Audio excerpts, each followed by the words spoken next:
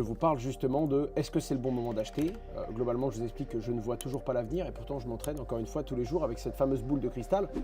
Globalement, on risque d'avoir des mouvements demain et vous le savez, la grosse news de cette semaine qui est venue et qui chamboule le marché, c'est principalement la frappe faite des États-Unis sur l'Iran et globalement le conflit ouvert, Iran contre Israël et les États-Unis, et globalement le fait que ça secoue un peu le monde entier puisque l'Iran a également riposté en attaquant plusieurs installations américaines aux Émirats Arabes Unis. Et à ce moment-là, ils ont tapé des villes comme par exemple Dubaï, Abu Dhabi, et du coup des endroits qui jusqu'à présent n'avaient pas connu d'état de guerre, donc ça va être assez particulier et je pense que cette semaine il va y avoir des annonces et toujours des choses qui vont faire peur, sachant que en gros ça vient appuyer un curseur qui est plus important et qui est plus large, qui est l'instabilité macroéconomique mondiale, le monde des finances, la peur, l'instabilité géopolitique et du coup ce doute qu'on a en se disant il y a vraiment un ordre mondial qui est en train d'être redistribué